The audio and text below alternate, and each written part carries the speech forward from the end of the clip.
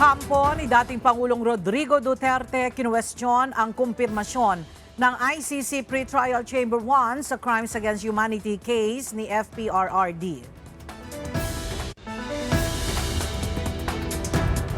Sandigan Bayan, dismayado sa testimonya ni Gerard Apolencia sa flood control scandal.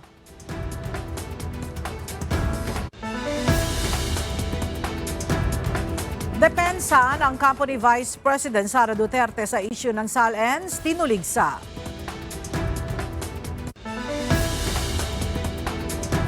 Mga kaso ng gas and run, mahigpit na binabantayan ng pambansang pulisya.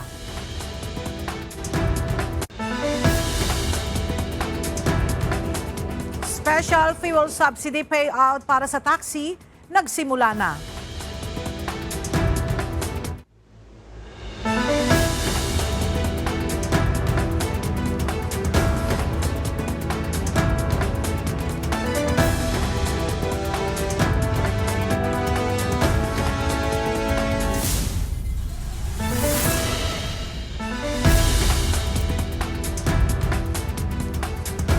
Magandang tanghali mga kasangbahay. Ngayon po ay araw ng Biyernes, April 24, 2026.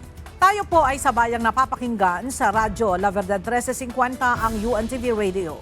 At una sa mga balita ngayon tanghali. Naglabas na ng desisyon ng International Criminal Court Pretrial Chamber 1 hinggil sa kumpirmasyon sa Crimes Against Humanity case ni dating Pangulong Rodrigo Duterte at inaasahang susunod na dito ang full trial. Ngunit, kinuwestiyon ng lead counsel ni FPRRD ang nasabing desisyon. May ulat si JP Nunez. Kumpirmado na ng International Criminal Court Pretrial Chamber 1 ang kasong Crimes Against Humanity ni dating Pangulong Rodrigo Duterte. Today, the judges of Pretrial Chamber 1 of the International Criminal Court unanimously confirmed all the charges against Rodrigo Roa Duterte and committed him to trial before a trial chamber. Ngunit tila naguluhan ang abogado ni dating Pangulong Rodrigo Duterte na si Attorney Nicholas Kaufman dahil sa hindi paglalagay-an niya ng basehan o ebidensya sa naturang inilabas na desisyon. Pretrial Chamber 1 concluded that there are substantial grounds to believe that Mr. Duterte is responsible for the crimes against humanity of murder and attempted murder. So I had a look through this decision, and I can't even see one piece of evidence cited in the footnotes. We argued for at least 2.5 days. We went into details about the evidence. We said why each one of those incidents should not be confirmed.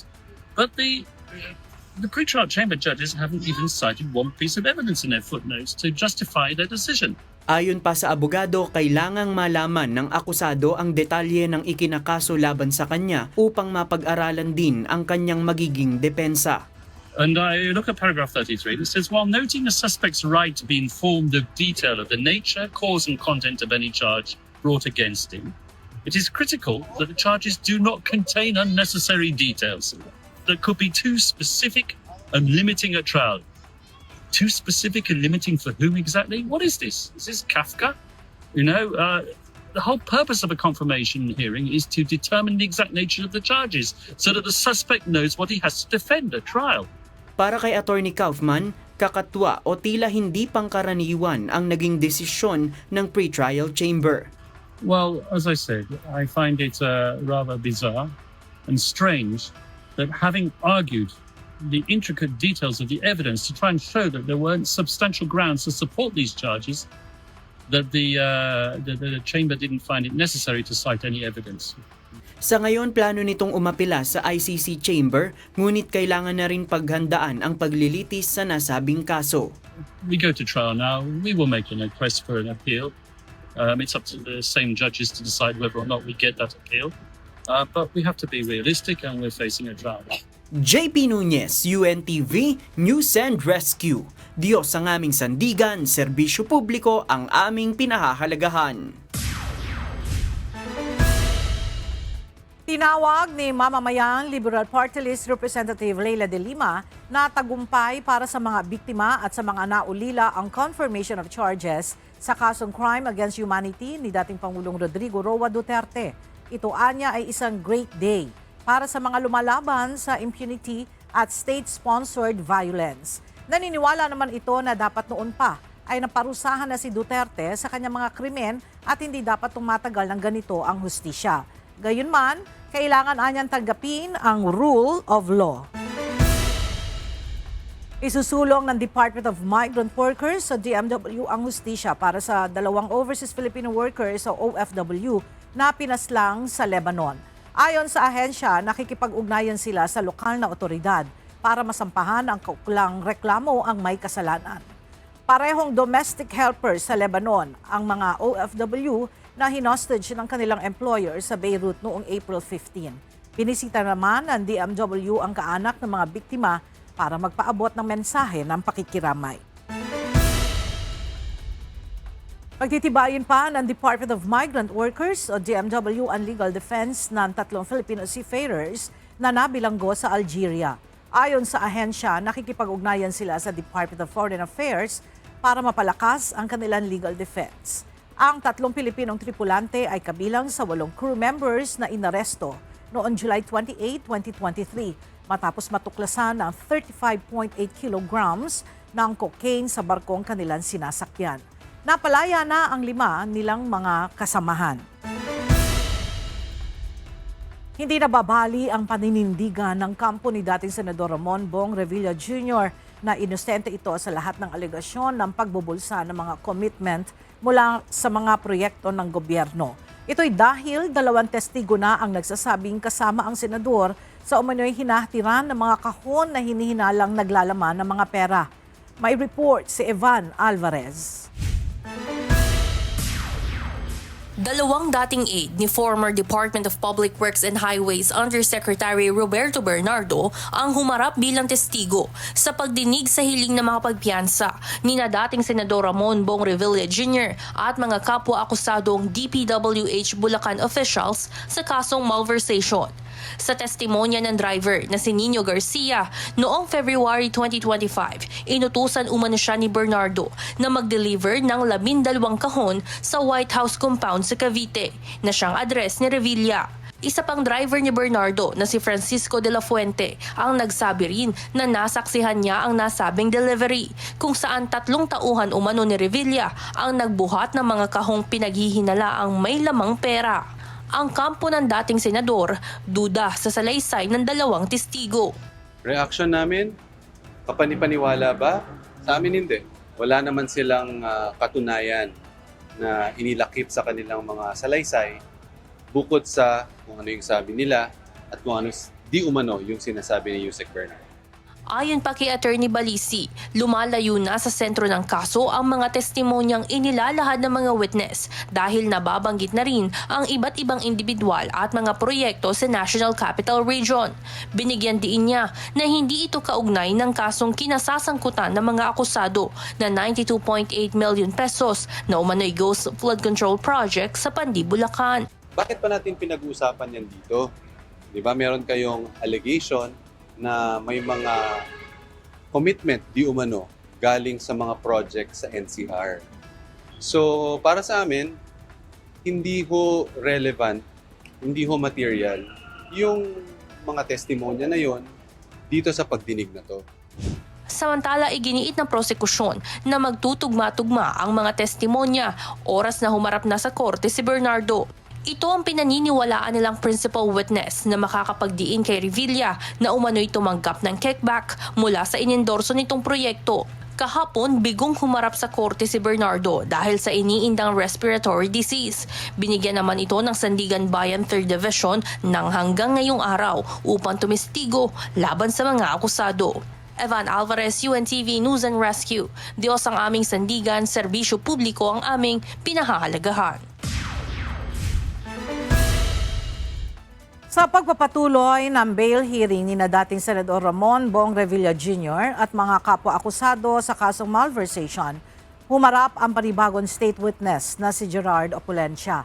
Ngunit na umupo ito sa witness stand, tila hindi nagustuhan ng mga mahistrado ang mga testimonya na inihain nito sa hukuman.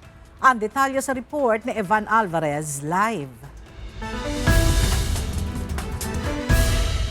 Evan, paano ang naging daloy ng pagtestigo ni Opulencia at ano ang mga sinabi niya na ikinadismaya ng mga hukom?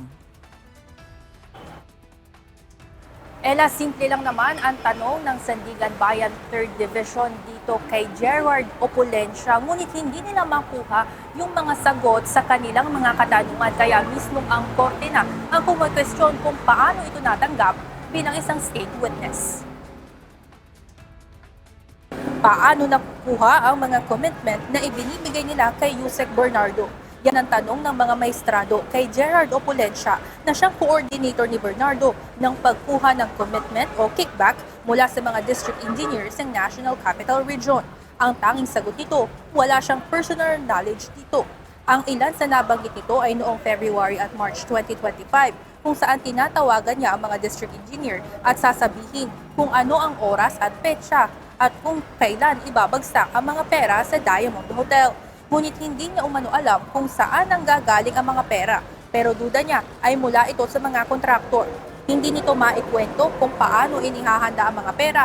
Hindi rin niya kilala ang mga kontraktor at mga proponent at tanging sumusunod lamang sa utos ni Bernardo. Wala ring alam sa umano'y ugnayan ni Bernardo at Revilla dahil hindi niya anya jurisdiksyon ang mga proyekto sa Bulacan. Hindi rin umano siya nakakakuha ng advance payment o kickback at tanging pa-thank you na 1 milyong piso kada proyekto sa North Manila noong district engineer pa siya sa lugar. Dahil walang maibahaging konkretong detalye sa korte sa kabila ng paulit-ulit na pagtatanong, dismayado sina Sandigan Bayan 3rd Division Chairperson Associate Justice Carl Miranda at Associate Justice Ronald Moreno kay Opulencia. Ayon kay Miranda, nagtataka sila kung paano ito natanggap na state witness ng DOJ, gayong wala palang alam na makakatulong sa prosekusyon. Hindi rin sila maniwala na wala itong ideya kung saan kinukuha ang pera, gayong ito ang mismong nag-uutos sa mga district engineers na gawin ang naturang iligal na gawain. Duda rin ang mga hukom kung paano ito nakapagbalik ng 130 million pesos sa Department of Justice bilang restitution kung wala pala itong natanggap na commitment. Ayon sa Sandigan Bayan, conditional pa rin ang status ng pagiging state witness at kung pwedeng bawiin ng korte ang immunity kung mapatunayang nagsisinungaling ito sa harapan ng hukuman. Ella, dahil wala kang masyadong makuhang sagot dito kay Gerard Opulencia ay mabilis na natapos itong bail hearing ngayong umaga. Wala na rin masyadong naganap na cross-examination sa defense team ng mga akusado. Mamayang 1:30 ng hapon, inaasahan naman na tetestigo na itong si dating DPWH Undersecretary Roberto Bernardo na noong mga nakaraang araw nga ay may iniindang respiratory disease. Siya umano ang may alam ng lahat ng proseso ng bigayan ng kickback dito sa loob ng DPWH, maging sa mga kontraktor at mga proponent. Yan muna ang update mula dito sa Sandigan Bayan. Balik sa inyo dyan, Ella. Maraming salamat, Evan Alvarez. Inihiling ng kampo ni dating House Speaker at later 1st District Representative Martin Romualdez na mag-inhibit ang ombudsman sa investigasyon sa kanya kaugnay ng flood control project anomaly.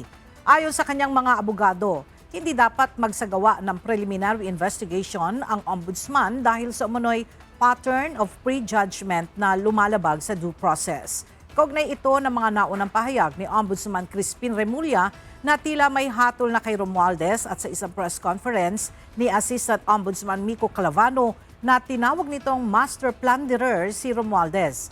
Nais ng kampo ni Romualdez na isang neutral at independent body ang magsagawa ng investigasyon sa issue. Hindi pa rin kinikilala hanggang ngayon ng kampo ni Vice President Sara Duterte ang jurisdiksyon ng House of Representatives para magsagawa ng trial kaugnay ng impeachment ng pangalawang Pangulo. Dahil dito, muli nilang iginiit na tanging sa Senate Impeachment Court lang nila sasagutin ang mga alegasyong inilatag ng Kamara. May balita si Jed Naresina. Nanindigan ang kampo ni Vice President Sara Duterte na handa nilang sagutin ang mga aligasyong ibinabato sa pangalawang Pangulo, ngunit hindi sa House of Representatives o sa anumang komite nito. Ayon kay Attorney Michael Powa, tagapagsalita ng defense team ni VP Sara sa impeachment case, ang Senado ang tanging tamang forum para litisin ang Vice-Presidente.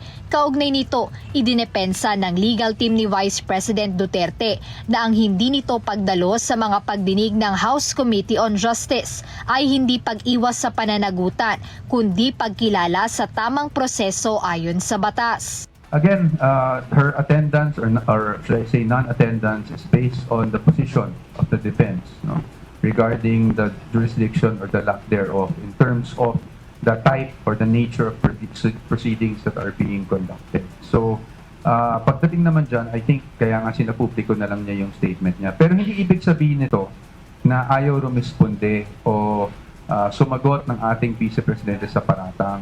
Parati namin sinasabi, alam ko medyo gasgas na siguro sa tenga natin yung appropriate forum.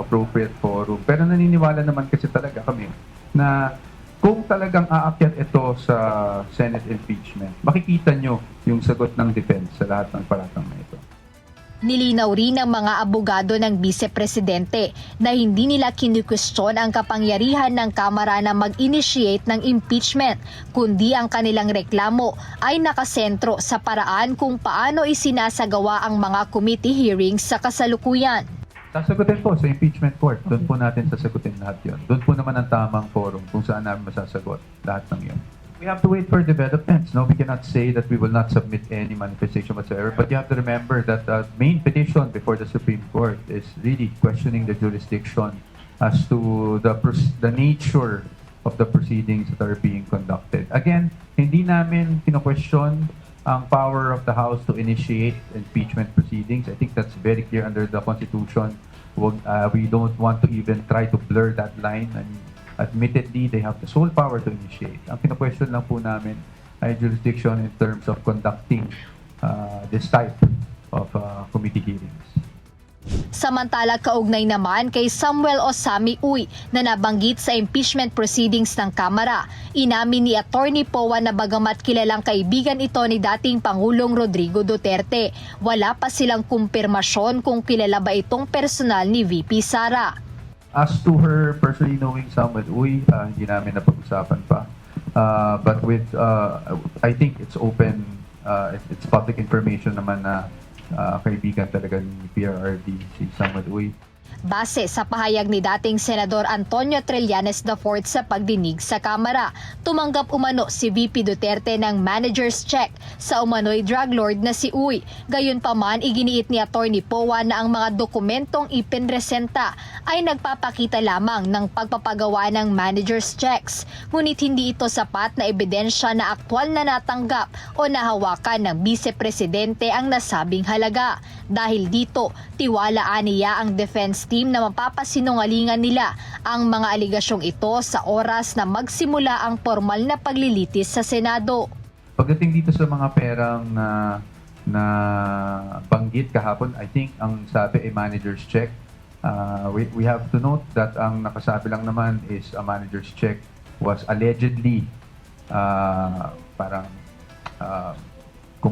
nagpagawa ng manager's check, allegedly si Sami Uy, wherein the recipients are the Vice President and ganito and who else. So, yun lang yung nakasulat no?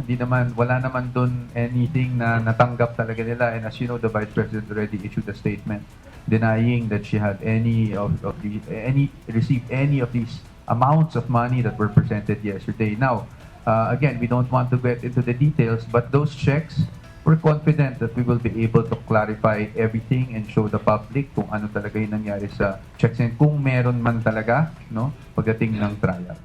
Jed Neresina, UNTV News and Rescue.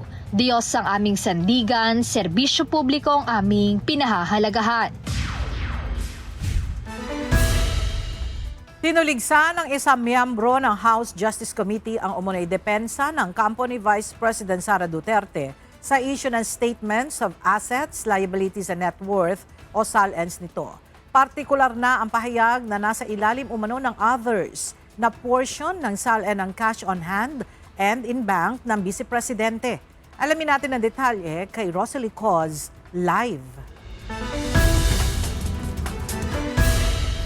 Rosalie, ilang SALNs ba ni VP Duterte ang walang deklarasyon ng cash on hand o cash in bank?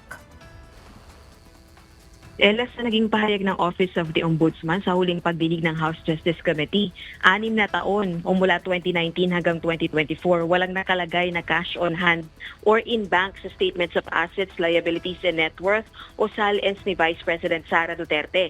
Mula yan sa mga taong 2019, 2020, 2021, kung kailan Davao City Mayor pa ito. Gayon din ang mag-umpisa itong maging pangalawang Pangulo mula naman sa mga taong 2022, 2023 at 2024. Sa pinakahuling pahayag ng Defense Council ng Vice Presidente, iginiit na mga itong nakalump o nakapaloob sa others na portion ng SALNs ang cash on hand ni VP Duterte o cash in bank. Gate din ni Attorney Michael Poa na spokesperson ng defense team ni VP Duterte para sa impeachment case, walang line item na cash in bank sa SALNs kaya nakalagay ito sa others. Pero ayon sa House Justice Committee member na si Bicol Cerro Party List Representative Terry Ridon, hindi nilalagay ang katotohanan sa others, kundi sinasabi ng diretsyo sa taong bayan. Dagdag pa nito, kung magpapalusot, sana naman pinag-isipan. Sa gitna rin ito ng ulat ng Anti-Money Laundering Council o AMLAC na may 6.7 billion pesos na halaga ng financial transactions na covered at suspicious transaction reports sa bank accounts na iniuugnay kina VP Duterte at asawa nitong si Attorney Man Scarpio mula taong 2005 hanggang 2026. Git pa ni Representative Ridon, lalong hindi maaaring maging malabo ang deklarasyon kung ganito kalaki ang galaw ng pera. Binigyang din itong isang sworn legal document ang SALNs kaya kailangan malinaw, detalyado at walang pagtatago. Basic na asset din anya ang cash in bank at hindi pwedeng ibaon sa others ng walang seryosong tanong. Balik sa iyo, Ella. Maraming salamat, Rosalie Coz. Bumiyahe na patungo ng Czech Republic ang delegasyon ng Pilipinas para makipag-usap sa kanilang counterpart sa Czech Republic para sa posibleng pagpapauwi kay dating Ako Bicol Party List Representative Zaldico. May balita si Benedict Samson. Makikipagpulong na ang high-level team delegates ng Pilipinas sa mga opisyal ng Czech Republic kung saan pag-uusapan ang planong pagpapauwi kay dating Congressman Zaldico. Pinangungunahan ng mga ito ng mga opisyal ng Department of Foreign Affairs kasama ang Department of Justice. Ayon kay DOJ spokesperson Atty. Polo Martinez, umalis kahapon sina Justice Secretary Frederick Bida at Chief State Counsel Dennis Arbinchan kasama ang iba pang mga opisyal mula sa DFA at Philippine Center on Transnational Crime o PCTC. Haharap ang delegasyon ng Pilipinas sa kanilang mga counterparts sa Czech Republic upang pag-usapan ang repatriation ni Ko. So again, it's not as simple as invoking a treaty. Again, extradition, although it's a possible legal avenue, we know that there is no existing extradition treaty with the Czech Republic, meaning that we will have to look into what other means we could explore. And all of that will commence and begin only upon stepping foot in Czech Republic and engaging with the Czech counterparts. Paliwanag ng tagapagsalita ng DOJ, maraming mga bagay ang kinakailangang linawin hinggil sa proseso upang malaman kung agad na mapapauwi ng Pilipinas ang dating mambabatas na sangkot sa maanumalyang mga proyekto dito sa Pilipinas. Simple deportation, of course, it's a possible legal avenue. I would say it's not only a faster route, but it's also a more plausible route than extradition kasi nga wala nga extradition treaty. But again, ano ba yung details of that deportation? I think one of the questions being asked is, saan siya ibabalik? Would it be from the country where he was found? Or will it be to the Philippines? So those questions remain unanswered, but we are mindful of those questions and will be able to answer them eventually as the situation warrants. Samantala, hinggil naman sa tanong kung bakit hanggang sa ngayon ay wala pa ring inilalabas na larawan na magpapatunay na naaresto nga si Zaldico sa Czech Republic, sagot ng DOJ. They have different judicial processes, different data privacy laws. Diba? So if taking photos will be in violation of your data privacy laws, then obviously that's not something we can do. So it's also looking into that first. We'll see what we can do. But I think one thing is clear, no? The fact that the Philippine government is actively coordinating with the Czech Republic goes to show that, syempre may laman yon. Hindi naman po pwedeng sinabi lang na nandun siya hindi pa paniwalaan. Benedict Samson, UNTV News and Rescue. Diyos ang aming sandigan, serbisyo publiko ang aming pinahahalagahan. Nilinaw ng Department of Justice na hindi naaresto ang dating mambabatas na si Zaldico sa Czech Republic.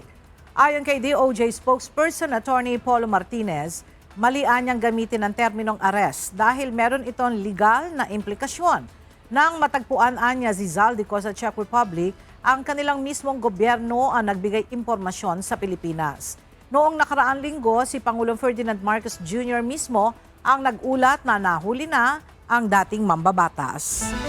Nakatakdang pumunta sa Japan si Pangulong Ferdinand Marcos Jr. para sa isang state visit sa susunod na buwan.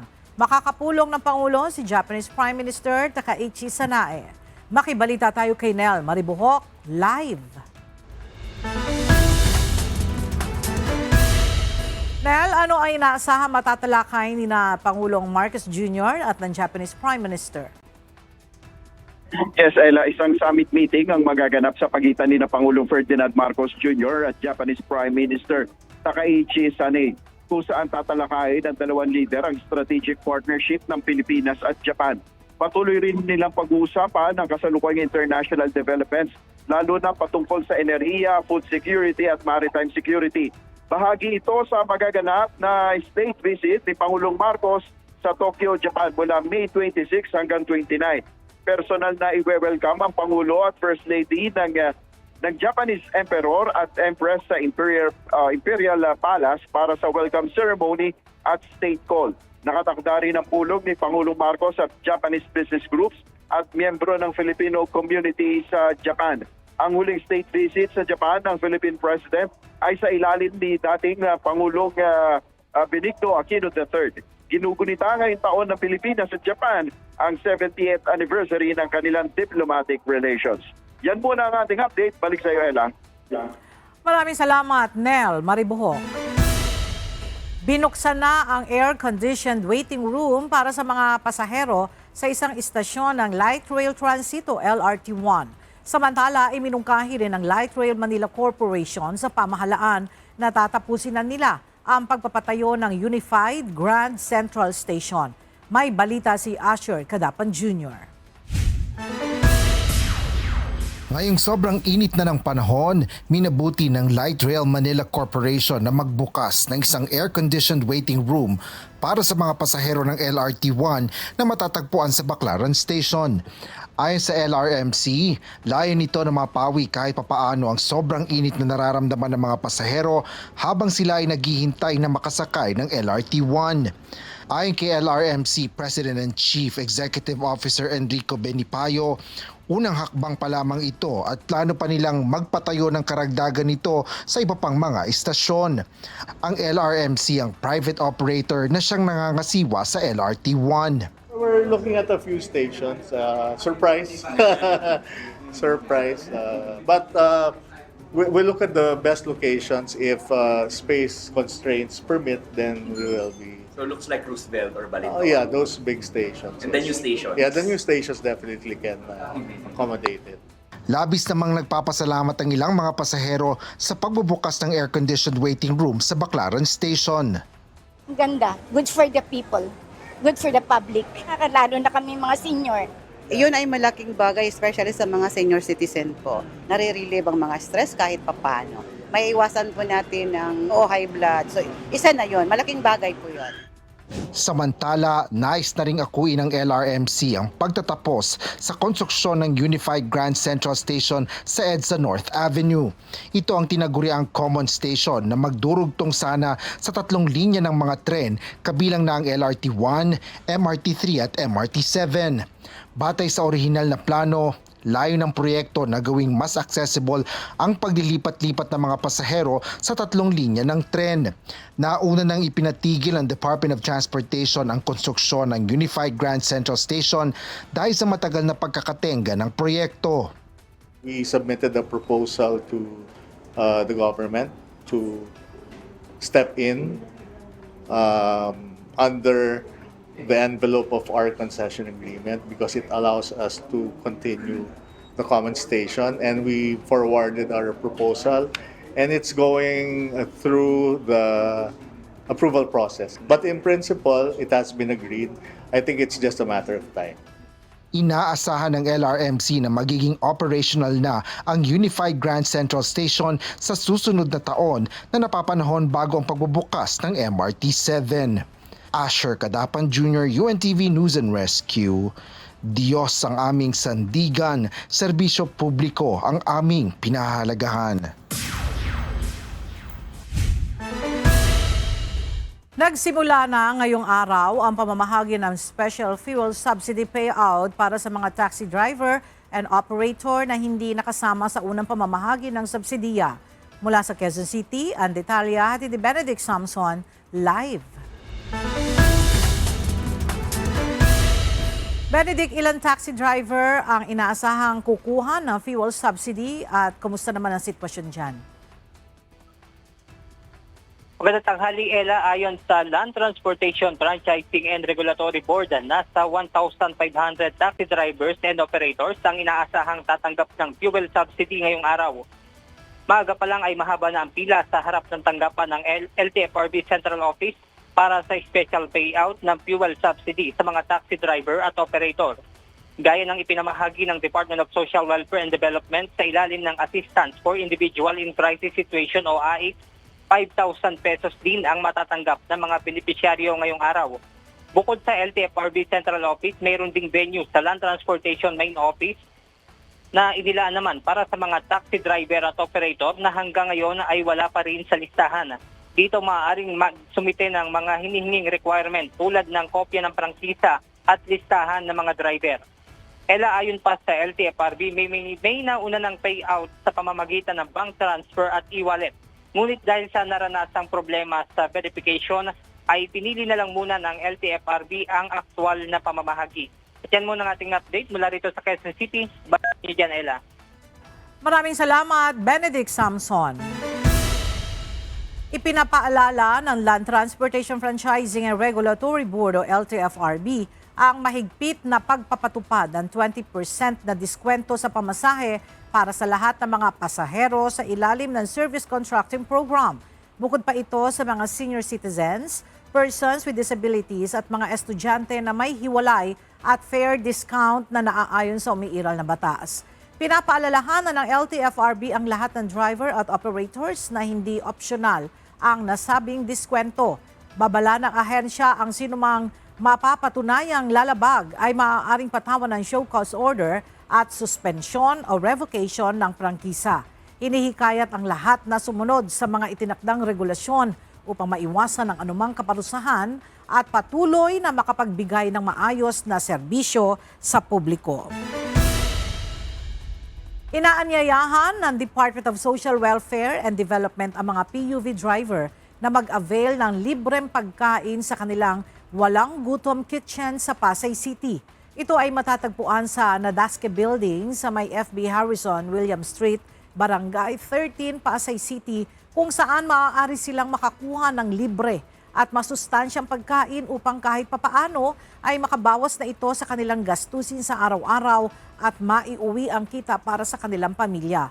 Available ang libreng pagkain para sa PUV driver hanggang sa maubos ang supply.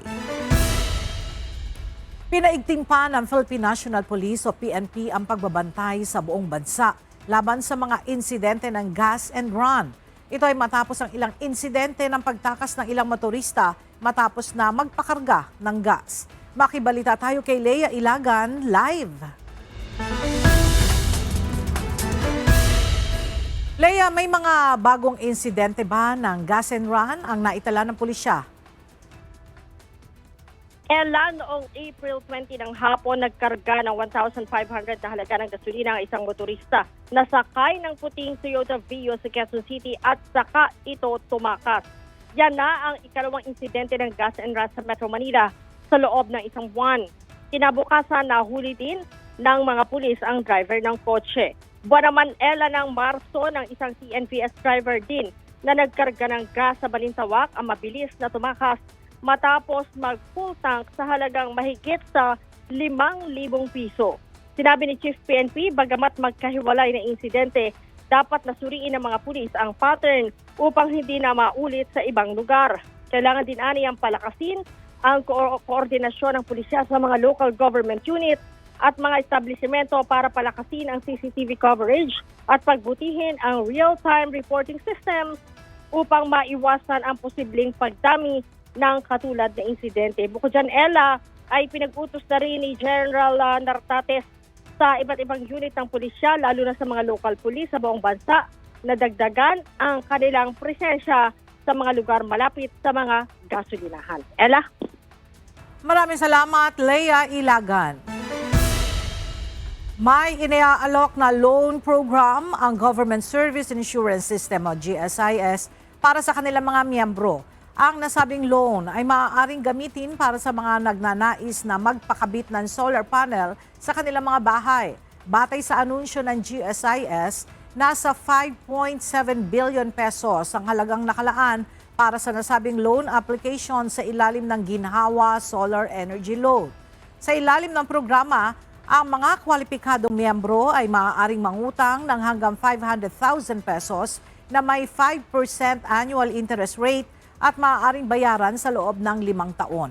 At upang mas makahikayat na mga mag-a-avail ng programa, may niaalok rin ng GSIS na 3 libreng insurance para sa mga solar panel. Hihingi na ang Commission on Elections ng birth certificate sa filing ng Certificate of Candidacy para sa mga nais na tumakbo simula sa darating na barangay at sangguniang kabataan elections. Ayon sa COMELEC, isa sa mga layunin nito na mapigilan ang misrepresentation o pagsisinungaling ng kwalifikasyon sa COC. May ulat si Dante Amento. Uobligahin na ng Commission on Elections ang lahat ng mga kakandidato sa eleksyon na magpasa ng kanilang birth certificate na i-attach sa filing ng kanilang Certificate of Candidacy o COC. Isa na ito sa magiging requirement ng COMELEC para sa mga nais na maghain ng kanilang kandidatura na sisimulan sa darating na barangay at sangguniang kabataan elections o BSKE. Ayon kay COMELEC Chairman George Erwin Garcia, layon nito na mapigilan ang mga kaso ng material misrepresentation o pagsisinungaling ng mga kakandidato gaya na lamang ng kanilang citizenship. Gusto po namin na ang lahat ng kandidatura ng mga taong magpapile ng kanilang candidacy ay may kaakibat o nilalaman o may kalakip na birth certificate. Yan po ay para mas makita namin, malaman namin kailan pa talaga ipinanganak ang taong yan para maiwasan yung lagi na lang underage na nagpa-file.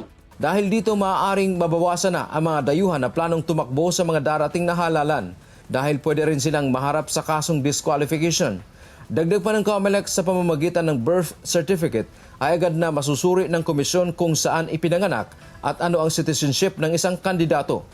Giit pa nito, wala namang batas na nagsasabing bawal na i-require ang birth certificate sa mga nagnanais na kumandidato sa eleksyon. Naman, yung issue ng citizenship. Doon pa lang kita namin sino ang nanay at tatay, sino ang citizenship ng nanay at tatay, para lang walang masabi na bakit si COMELEC tanggap lang ng tanggap ng COC. Isa sa mga inihalimbawa ng COMELEC ng material misrepresentation ang naging kaso ni dating Bamban Tarlac Mayor Alice Guo na kalaunan ay napatunayan na isang Chinese national.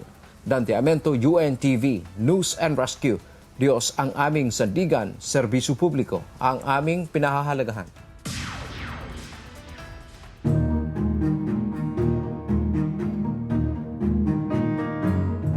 Pasintabi po sa mga nanananghalian sa oras na ito dahil sa isang maselang balita mula sa Bohol. Mariing kinondena ng ilang mga netizen ang nag-viral na larawan mula sa Bohol na nagpapakita ng isang lechon na aso.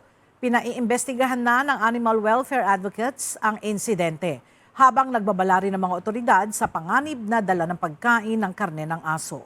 May balita si Kier Saiman. Viral sa social media ang isang larawan kung saan makikita ang paglitsyon sa isang aso mula sa Barangay San Jose sa San Miguel sa Bohol. Umani ng negatibong mga komento mula sa mga netizen ang nasabing post kung saan marami ang nagalit at nadismaya sa ginawa sa aso. Kasama sa mariing kumundina sa nasabing post ang Bohol Animal Rescue and Kindness o BARK dahil malinaw nila itong kaso ng animal cruelty.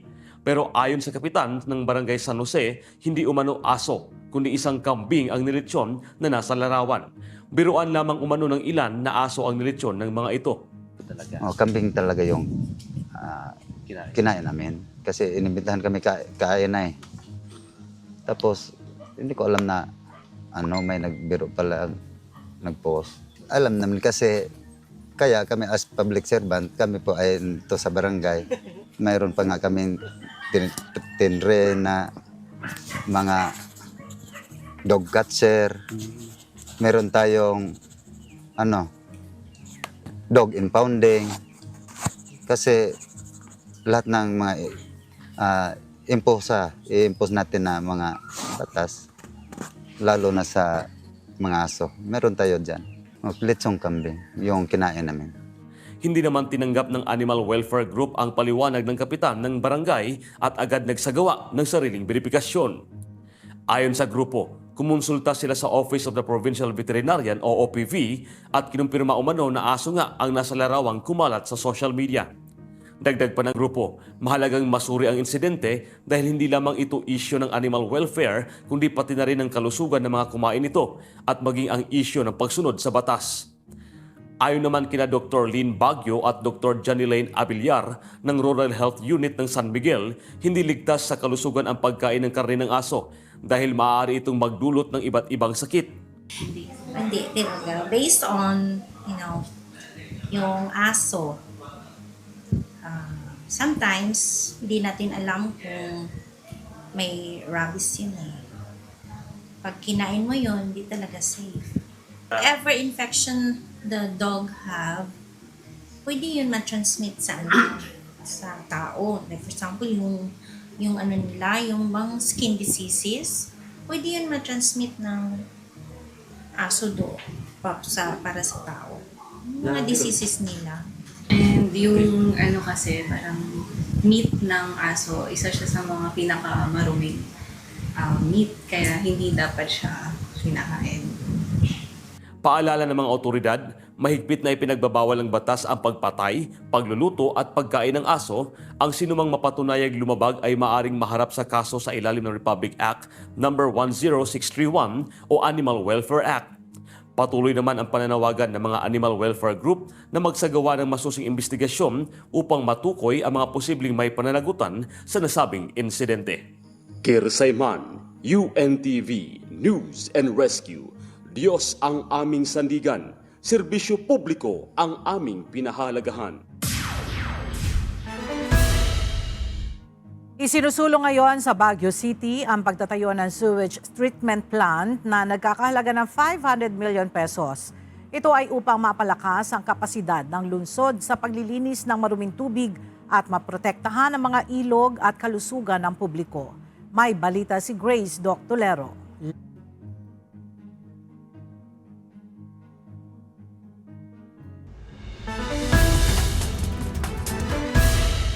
Grace, ano ay naasahan magiging impact niyang proyekto at ano pa ang pagdaraan ng proseso para magkaroon niya ng katuparan? Yes, Ella, madaragdagan nito ng nasa 7,000 cubic meters kada araw ang kapasidad ng lungsod sa paglilinis ng wastewater. Sa ngayon, nasa review na ito ng Tourism Infrastructure and Enterprise Zone Authority at hihintayin pa ang approval ng City Development Council at City Council bago ito tuluyang maisulong. Gagamit ang proyekto ng sequencing batch reactor system na mas epektibo sa pagtanggal ng dumi at pollutants sa tubig bago ito ilabas sa kapaligiran. Ayon kay SEPMO Head Attorney Renan Diwas, malaki ang may tutulong nito sa pagprotekta ng mga anyong tubig at pagtalima sa mga batas pangkalikasan. Dagdag pa niya na nakikita niya ang kooperasyon ng mga hotel at iba pang establishmento sa lungsod na kusa ng nagpapasuri ng kanilang mga sewage treatment facility. Pero nilinaw ng ahensya na tanging mga establishmentong naglalabas ng 12 cubic meters o higit pa ng wastewater kada araw ang obligadong magkaroon ng sariling STP. Ela, sa ngayon o sa kasalukuyan, ang ilang establishmento ay sumusunod na habang ang iba naman ay nasa proseso pa ng pag-aayos ng kanilang mga sistema. Yan muna ang balita. Balik sa iyo, Ella. Grace Doc Tolero. 10 bagong electric vehicle patrol car mula sa Bacolod City Government ang magagamit na ng Bacolod City Police Office sa pagpapatrolya sa mga lansangan sa lungsod. Bawat unit ay may 201 horsepower na kayang tumakbo ng hanggang 490 kilometers at kung fully charged ito ng 5 to 7 hours. Kaya nitong tumagal ng isang araw na pagpapatrolya. Bawat electric patrol car ay may 360 degrees cameras, sensors, keyless entry, airbags at AC-DC charging capability. Malaking tulong ito sa mga pulis dahil makakatipid sila sa gitna ng mataas na presyo ng langis. Malaking tulong sa mga benepisyaryo ng payout ng Department of Social Welfare and Development o DSWD ang pagkakaroon ng air-conditioned na venue sa pagbibigay ng ayuda sa mga miyembro ng TODA sa Bulacan, lalo na sa mga senior citizen at persons with disability. Makibalita tayo kay Nestor Torres live. Nestor, saang isinagawa ang DSWD payout at kumusta na ang pamimigay nila ng ayuda? Magandang tanghali, Ella. Dito yan sa Giginto Municipal Athletic and Cultural Center sa bayan ng Giginto, Bulacan, kung saan nga ngayon ay nagsasagawa ng payout sa mga tricycle driver sa air-conditioned venue na pabor sa mga benepisyaryo sa mga tatanggap ng payout ng DSWD. Halos 3,000 benepisyaryo sa 14 na samahan ng TODA sa Giginto, Bulacan ang tumatanggap ngayon ng 5,000 pesos na cash assistance o payout ng DSWD. Pero ang maganda rito, air condition ang venue nila. At kahit puno at maraming tao sa venue ay hindi sila naiinitan dahil malamig sa lugar. Ang kagandahan din dito, prioridad sa mga pila ang mga kukuha ng payout. Sa payout ang mga senior citizen at PWD, pati na ang mga may sakit. Tulad na lang ng 78 anyos na si Mang Sinon Berhel na kahit may sakit na alta presyon o high blood, ay hindi siya nahirapan sa pagkuha ng ayuda. Siyempre, maganda yung aircon kasi nakakatanggal lang yung stress. Medyo malamig ang venue. Sa mukha kong high blood, malaking tulong na medyo presko yung pakiramdam. Ayon naman sa Municipal Social Welfare and Development ng Ginto, minabuti nilang maghanap ng air-conditioned venue para wag mangyari sa kanila yung disgrasya o takihin ng heat stroke dahil sa sobrang init ng panahon ang sinumang mga tatanggap ng ayuda. Pag may PWD may sakit, dinidiretso na po namin doon sa front desk. Binabuti po ng pamahalaang lokal na dito po ganapin sa GMAC. Siyempre para at least po safe po yung mga tao, safe yung mga staff ng DSWD, at saka po air condition po yung lugar. Ella, sa ngayon nga ay tuloy-tuloy pa rin yung pagkuha ng payout ng mga kasama nating mga tricycle driver dito sa bayan ng Giginto. At sa tala ng LGUs, nasa 3,500 dapat yung kailangan nakatala sa kanila na kailangan talagang makakuha. Pero ang mga nagpunta lang dito o yung mga nakalista na nagtungo ngayon ay nasa 2,900 lang. Kaya malaking bagay na rin ito, lalo na't magagamit nila ito hindi lang sa kanilang dun sa gasolina at makatutulong din ito para sa kanilang pangangailangan, pati na sa kanilang mga mahal sa buhay, lalo na yung mga PWD at mga senior citizen na nangangailangan talaga ng pambili ng gamot na magagamit nilang perang ito para sa kanilang mga sakit. At yan muna ang ating latest live mula dito sa Giginto, Bulacan. Balik sa iyo, Ella. Maraming salamat, Nestor Torres.